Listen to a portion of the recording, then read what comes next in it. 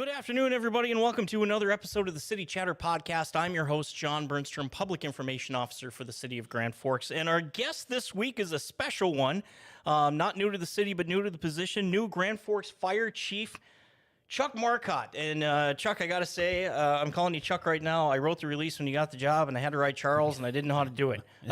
First off, congratulations. Thank you. Thank you. How's the first week gone? It's been a little bit of a whirlwind, but it's been really good. So before we get into some of the details of the job a little bit, I want to just a little bit of your background. So you've been working in fire departments for 26 years. I started in May of '99 out in Bismarck. Okay, so you started in Bismarck. What led you to the fire department in Bismarck? Well, I had gone to college and graduated with a degree in fire technology, and I was testing everywhere. Oh, yeah. So it was the first offer. It was the job. Yep. So, I went out there in May, and, I kind of had something to prove to myself that I could go off on my own and make it on my own. I knew nobody out there, no family, no nothing like that. So it was really kind of make it or break it moment for me as, trying to be an adult when you're 20 years old, But there's something to that, though. I mean, I think of going off to somewhere where you have support, but you don't have the immediate support, and kind of prove it to yourself. I came to college here, apples and oranges. I came to college here in Grand Forks. I don't have any family in town. Nearest family was hour and a half away, close enough to get help if you need it. Right. Yep. But it becomes your own. So you mentioned you went to fire school. So was that something? When in your life where you're like, I think being a firefighter or working in a fire department is a path I may start on? Well, to be honest, I don't have a really great story about being, I kind of fell into the fire service. I don't have family history of the fire service or anything like that, like a lot of people do, which is great. But, I graduated from East Grand Forks High School back in the mid-'90s, and I didn't know what I was going to do with myself. Sure. All I knew at 18 is I didn't want to wear a tie every day, and that's about what I knew. So through some explorers groups and through a tour of back then what was Northwest Technical College. Now Northland. Yep, now Northland. This program was brand new, and I kind of looked into it a little bit, and this could be something I could do. I would enjoy. The typical or atypical, a little bit of living life on the edge type of attitude and helping people. Helping people, have a little bit of a tendency for risk, that type of thing. So you're the guy that when things are a little rough, I'm like, let's see if I can get closer. Yep, exactly. Yeah. So, and I went to college there for 2 years, and I was working in construction at the time. And then fortunate enough to get on with Bismarck, not terribly long after I graduated. In '98, I graduated, and then about a year later, I started Bismarck. It was really, really competitive back then. It was hundreds of people testing for one position. Sure. Yeah. So it was a good opportunity for me to go out there and start life on my own and get things figured out. And yeah, that's part of it too. You mentioned starting in Bismarck in '98, which means you would have been going through fire school in '97, correct? So I graduated high school in '96. Started in fall of '96, graduated spring of '98, and started in Bismarck in spring of '99. So I guess what I'm saying is you were in the process of going to fire school when seeing some of the toughest fire department work within Grand Forks and East Grand Forks going on at the time, and you stayed with it. Yeah, and it really kind of solidified that's something I spent weeks and weeks and weeks doing volunteer work during the flood fight and all of those types of different things too. And and then being involved in that, in the middle of it, the fire department in East Grand Forks was actually stationed out of the Northwest Technical College. Oh, is that where they went? Yeah, they moved over there. So seeing it kind of move in there, and then seeing all of the outward pouring in of help from departments around the region that came, that knew that, the East Grand Forks Fire Department actually had, they needed to be taking care of stuff, and seeing them come in and do that, that really kind of solidified that this is a path that I wanted to go down. And oddly enough, when I started in Bismarck, we started talking about some of those stories, and 2 people on my original crew were actually in East Grand Forks and working. Oh, really? Covering calls and stuff like that when when I was at the college there. So I had actually loosely met them previous to me actually starting there. Wow. So it was kind of interesting. All right, so you were in Bismarck for 6 years. 6 years, yep. And then was it a matter of just getting closer to, I'm going to use air quotes, home, closer to home, or opportunity to move up in ranks? Fire department in Bismarck wasn't working out. I mean, there's personalities involved. What led to coming back? Bismarck was great. It was a great experience. Chief Base Flug and his team out there. There was plenty of opportunity. Sure. You know, it wasn't anything like that. It became, the longer I was away, you know, when I left, I had the attitude that I needed out of here. I'm never coming back, right? Of course, that's the way it works. Yep. I'm 20 years old. I'm going to go, you know, I'm never coming back here. Well, after 6 years, I found myself on lots of the time that I had off coming back here. Sure. And it just, I don't know that I ever called it home. Oh, sure. So it kind of was a realization. It's like, well, what are you doing on the weekend? I'm going home. Right. Yeah. Yep. So it was kind of, do I start to try to climb the ladder here, or do I go to where I need to be? Yeah. And it became obvious to me that this is where I needed to be. When you came back to Grand Forks, where were you within the department then, or was it at what's the entry level firefighter? I was firefighter, and I was in Bismarck. I would have been eligible that year to start applying for captain. To start testing for captain and stuff. Yep. When you moved to Grand Forks, does that process start over, or does your experience come with you? No, the process started over. Okay. So I started as, you know, with experience, but day one with the city of Grand Forks. Okay. So, I mean, fire departments do what fire departments do. Mm-hmm. They just do it just a little bit differently. Sure. So the experience definitely paid off. Oh, yeah. But yeah, it was, so seniority and all that kind of stuff and rank, I started as a brand new employee. Okay. So getting here to Grand Forks and then, like you said, solidifying, I found the right career. I found, you know, like I feel solid in the path. You're now chief. Was chief ever in the back of your head of, I'm going to run a department one day? No, it wasn't even a thought. You know, it's all about timing and opportunities and never letting an opportunity go by. When did a potential for chief pop in the head? Was that maybe becoming bat chief? Or yeah, no? Realistically, it was after I made bat chief, because that was actually my ultimate goal when I started in the fire service. Was I knew I wanted to be a battalion chief. Okay. And I wanted to run a shift, and I wanted to reach that position. Mm-hmm. And I think I could have been very happy as a battalion chief for the rest of my career. I really enjoyed that job. I enjoy the incident command. I enjoy the crew interactions and all those types of things. But, you know, your eyes get open wider at that particular level, and you see all the different things that are going on. So that's when it first kind of, well, you know, maybe. Yeah. It'd be something I'd be open to. It's got to be right. Yep. Yep. And then, you know, working through a few years as battalion chief and getting involved more into the administrative side of the fire department, it ended up being something that really interested me. So the opportunity came by a little earlier than what I projected. Or stinking Fargo. Yeah, Fargo. Gary had to run away. I had to run home, but I get it. He had to run home too. Yeah, I did the same thing, so I can't hardly fault him for that. But, you know, it was just the timing was right, and things lined, the stars aligned, as they say. And before we get into current chief position, we were talking off air before the show that you started as bat chief, which is battalion chief. Like you said, you're running a shift and start doing some administrative stuff. And maybe one of the biggest transitions in fire service just before COVID. Yeah. We use the term drinking from a fire hose when you start a new position because it's taken on so much. At that point, everyone was taking on so much. How difficult, hindsight, how much did you learn in those first couple of years getting up to that battalion chief position? Oh boy.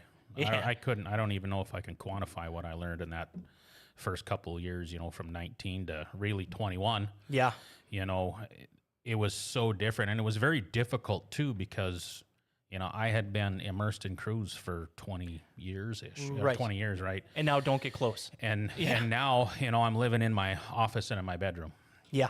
And that was a very difficult time to grow as a hands-on leader. We couldn't be hands-on. We weren't able to train together. We weren't, the fire service, you learn a lot around the kitchen table. That's all gone. People eat supper together and those types of things, and all that's gone now. So that it was very difficult. But at the same time, I knew that I had that obligation to be a leader and do the right thing. And by example, hey, I'm sacrificing too. Everybody's sacrificing. I get it. We're this in this isn't together fun for anybody. Yeah. None of us like this. Yeah. But it's such an unknown, and we had to do everything we had to do to be able to keep providing the services that the community needed. Well, and if just like I was at City Hall at the time, and it was you come to work and we're like, what problem are we solving today? We maybe created the problem ourselves yesterday, and do we need to fix it? And there's no protocols. We're making it all up. Figure it out. Figure it out. Yeah. Thankfully, technology had advanced enough at the time where we were able to still communicate. Somewhat face to face. Yeah, it's a computer screen, but at least we were able to communicate and we were able to get through it. So we got through it. No, that's good. As chief, now you've been chief for a week. How's crews treating you well? Oh, yeah. You haven't been hazed too bad. You're doing all right. No, they take their little shots, but that's good. I enjoy it. It's fun. I'll probably get strung out on a short string for this one, but I'm not a Vikings fan. Oh, your fault. So it is my fault, but the guys, we go back and forth. So my favorite team was whoever's playing the Vikings that week, because I have friends that are such avid Vikings fans that it's more fun for me to banter than I even almost care about it. But so there have been a couple of impromptu purple things show up and some stuff. So it's fun to see them take their shots. I enjoy it. That's part of the fire department culture, really. To give somebody a little rib here. I've said that fun. With my job now. It's been all past 19 years, and anytime working with the fire department, it's a good time. Because I say this, you guy, I'm putting you, lumping you all for the fire department. You see some tough things and deal with some tough stuff, right? And everyone's smiling. Everyone seems to be in a good mood. I think part of it is, that you talk about the camaraderie of crews. Just how important is that within a fire department, that getting the shifts to make sure they're a team and not just a crew. I hate to say make or break, but it almost is.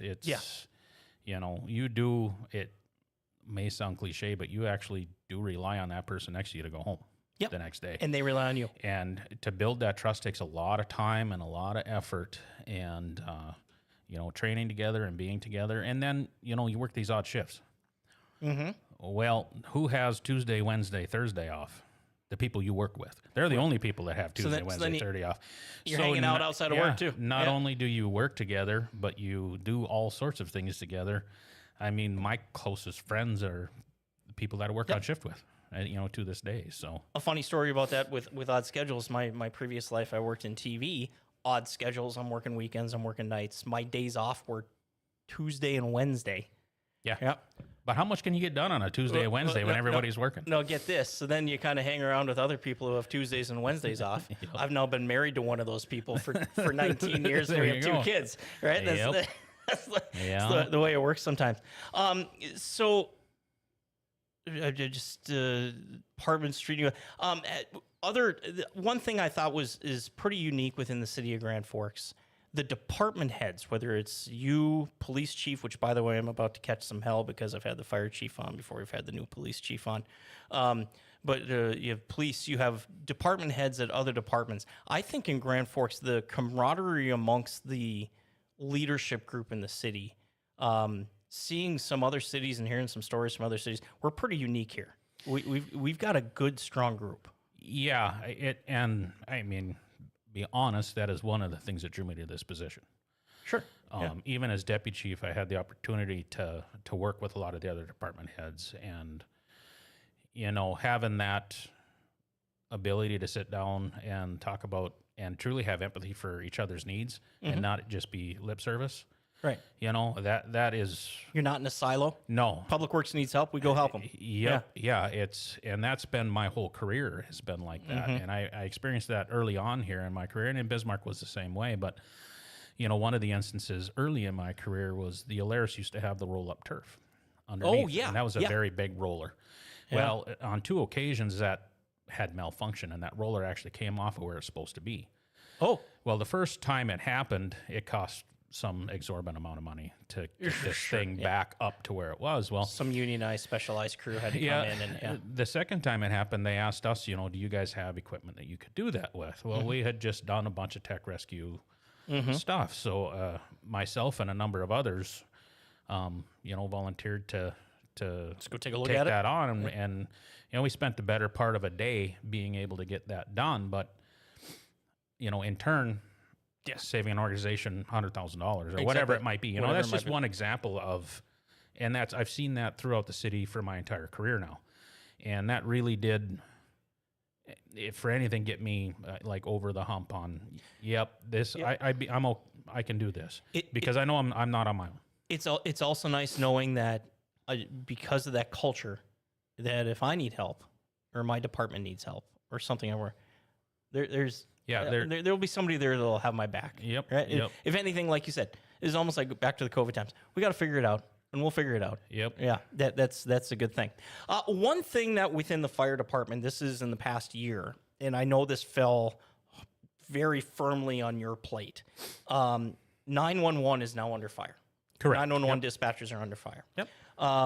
And the transition and change in leadership, that's beside the point.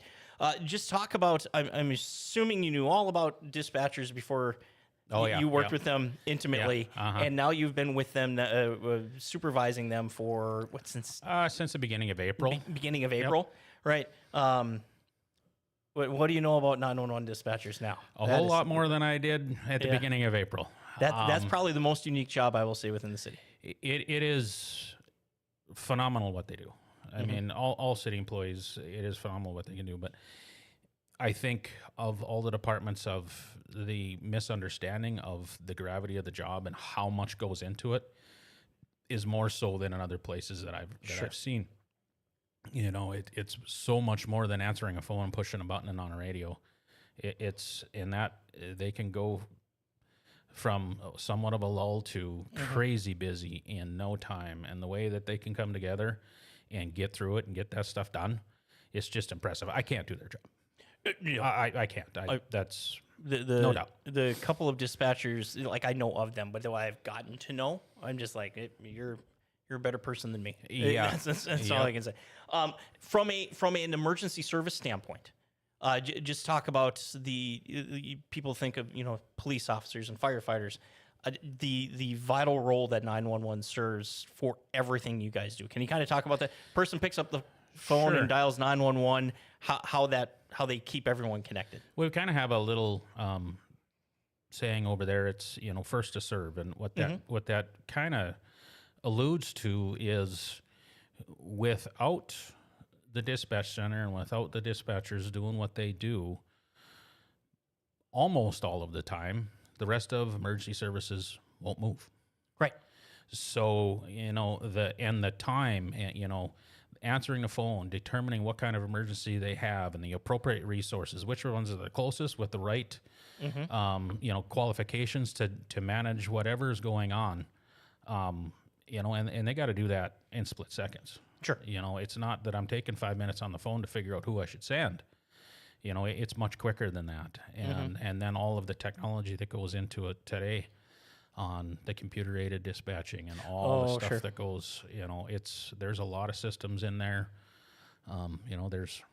There's 6 screens at a station for a reason. They're full. I've seen them. Yeah, they're full. So, even the screens in your trucks. Yeah. Yep. So it's a vital service. It really is. So speaking of your trucks, you guys get a call, you go out, right? You're the fire department, but that's probably the least amount that you do is actually fight active fires, fire prevention and stuff. But you guys respond to car accidents, hazmat, anytime there's a spill, somebody falls in a nursing home, there's a fire truck going. Yeah, it's we're an all hazards response organization. So yeah, we respond to all of those things, but first and foremost, the fire service has done a phenomenal job over the years. We're one of the only industries out there that will actually work ourselves out of having a job. Sure. You know, With prevention. there has been and still is a significant fire risk in the country.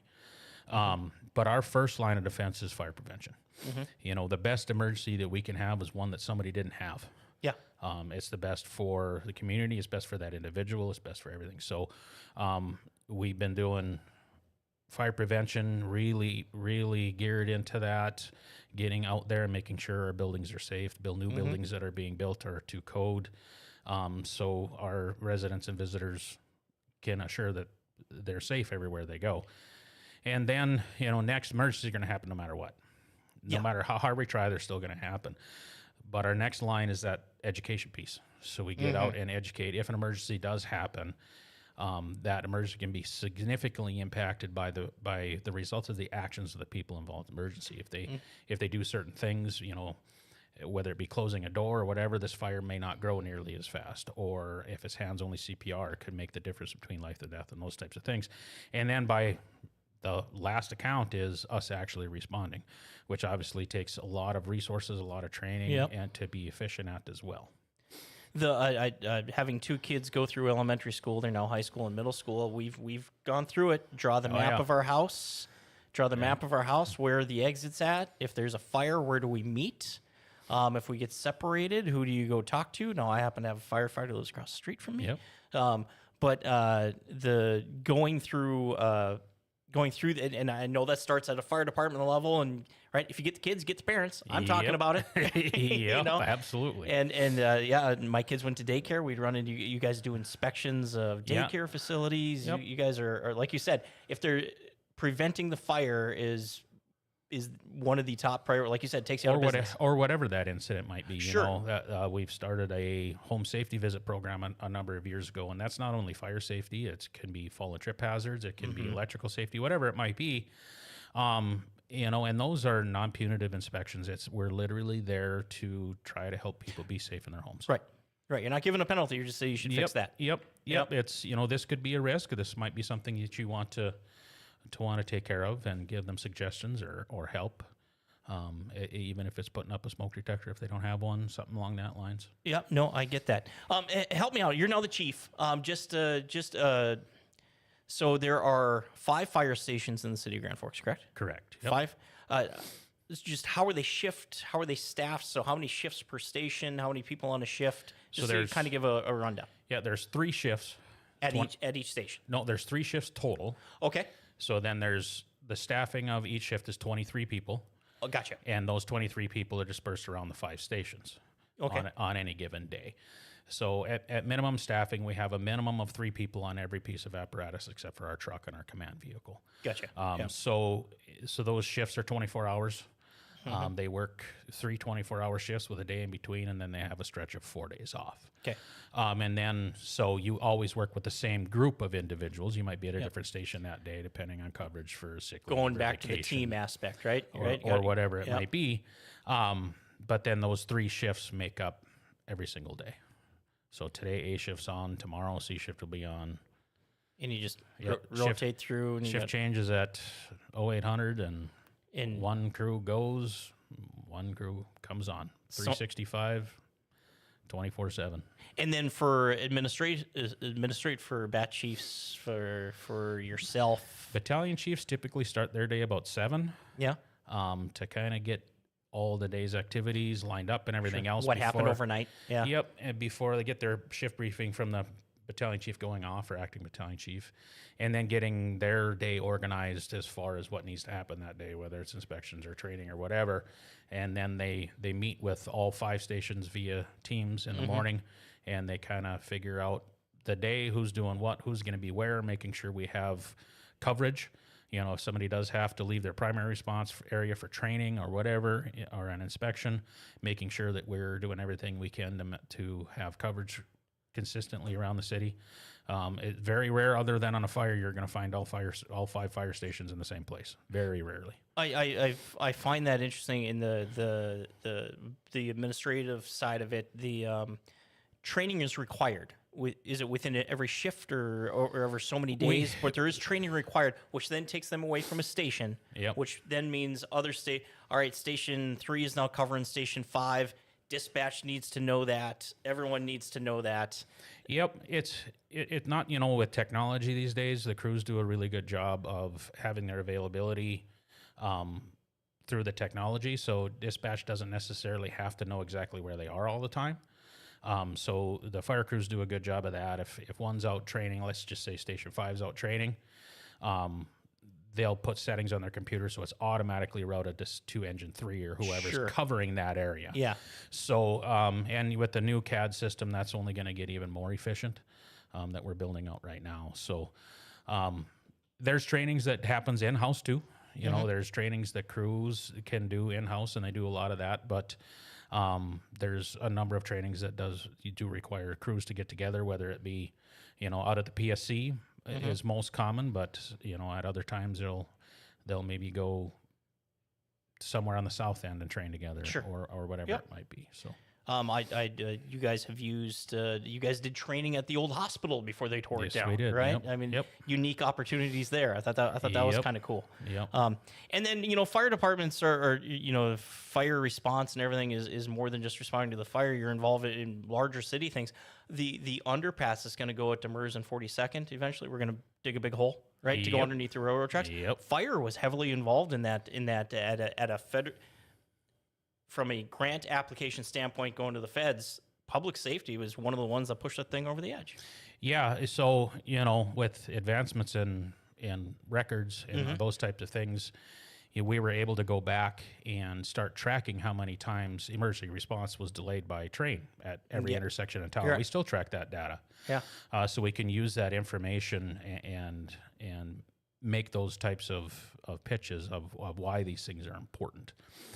So in a certain period of time, Chief Lorenz at the time was able to use that to kind of help get that project over the hump there. And when you look at the city, there's not very many places that you can get across Demers essentially without crossing a track. Without crossing those And tracks. it's amazing how many cities are like that. I mean, I remember working in Bismarck. I think there was 4 back when I was there of unimpeded north-south travel. Yep. So all of that stuff comes into play. But 20 years ago, we didn't have the technology to be able to gather that data. Yep. And now with a lot of the advancements with our records management systems and things like that, we're able to do those things. So it really helps identify those that It does. we may not have been able to previously. Well, I think about it. A majority of the towns in this part of the world were founded or started because a railroad came through. Yep, and you built on both sides. And you built on both sides. I grew up in a small town Yep. of Lancaster, Minnesota. There's railroad tracks go right through the middle of town. Fire department's over here. It's volunteer fire department, right? But a Yep. pretty good volunteer fire department. The biggest, it's Bernstrom Oil. It's my cousin. Yep. Biggest, one of the bigger private businesses is on the other side of the tracks. Happens to be a gas station that has a whole bunch of flammables at it. So on the other Yep. side of the track. Yep. And if that train's coming, you're stuck. Yep. You're stuck. No, it's amazing. Railroad is in a lot of these towns. All right, so let's get into. I found some fun history stuff from the fire department, and while I'm going through this, I'm going to ask you to think here for a little bit. I want you to think of your most fun call you've been on in your 26 years. Fun, Oh boy. funny, right? Whatever. I hem and haw over that. I'm going to go through some fire stats. The first, it's National Emergency Services Day, by the way, today in the United Kingdom. Well, there you go. There you go. The first dedicated volunteer fire brigade was in Philadelphia in 1736. Yeah. They weren't called fire departments. So you'd imagine, the buckets you handed back and forth. And back in the day, it was insurance driven. Oh, okay. Well, still insurance driven, isn't Well, it? it really is, but a lot of the early fire departments were actually a division or part of the insurance company. Interesting. It was protecting their assets. Their assets. Yep. Okay. The first paid full-time fire department was in Cincinnati almost 100 years later, 1853. Yep. And to this day, 70 to 80% of the fire service around the country is volunteer. Still volunteer. Mm-hmm. First water pumping engine, 1730s in New York. Which makes sense, right? Yep. Technology, right? Yep. There's not a lot of engines going around the world. And then here are a list. Oh, and the Philadelphia Volunteer Fire Department, founded by Ben Franklin. Yes. Yep.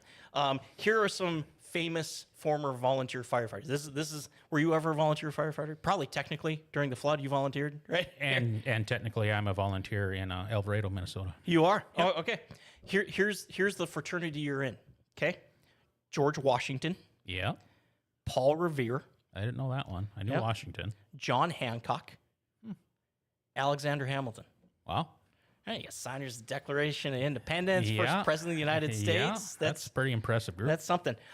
You are the 12th fire chief for the city of Grand Forks. You're number 12. You're number 12. Fire department in the city of Grand Forks was founded in 1879. It was a volunteer department. Those first 3 years was a volunteer department. Help me with this one. Did the first department, so it's now Fire Hall Theater, Ladder 1. Is that where those volunteers started out of too? Or was that the first paid department? I don't know if I know that answer for sure. Because Ladder 1 was there and Ladder 2 across the tracks, because you Yep. couldn't get across the tracks, was over by CVIC. Yep, that building's still there too. That building's still there too. Yep. It was a law office for a while. I'm not sure what's there Yep. now. But I that was just walked Ladder. by it That the was other Ladder day. 2. Yep. That was Ladder 2. And then we were talking about this. This is the paid fire department for the city of Grand Forks. Started with controversy. It certainly did. It certainly did. 1882, and if we can't see, you can point to it on your crest here. It says 1882 on it. Yep. First paid fire department, and here's the reason why. And you know this, and I found this interesting.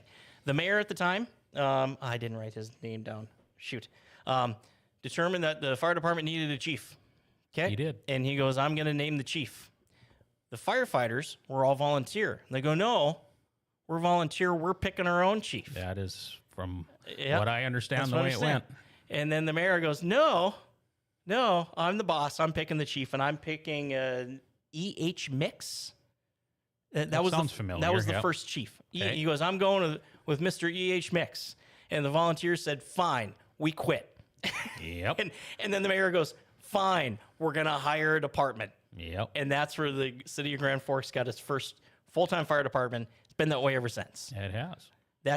I found that to be quite a story. It is an interesting story of how that all started. And firefighters in Grand Forks now, they're part of a firefighters union, correct? That is correct. Local 242, yep. Local 242, and that's firefighters only. You, as the chief, you were. I'm not sure how that works. You're technically administrations, or are you on the? Are you in the union?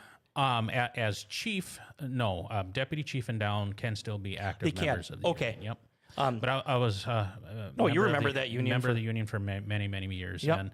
And you know, when it's all too often when we think of administrative and union, we have this adversarial type of relationship, and we're so fortunate here not to have that. Yeah, that's nice. We really work and have worked well together now for years, and my intention is to keep that going. We're better together than we are apart. There's no question. And the local union here does a lot of great work. They do. You Yep. guys have been delivering mattresses at Christmas with Slumberland for years now, making sure people have a place to sleep. I mean, that's a big deal, right? That Yep. is a big deal. The charity work. They get involved in politics a little bit. So they hear local candidates, sometimes endorse, sometimes not, but they're a group that does good work. So if one of the ones that I like, if you're driving down the road and you see a firefighter holding a boot out looking for money, give them money.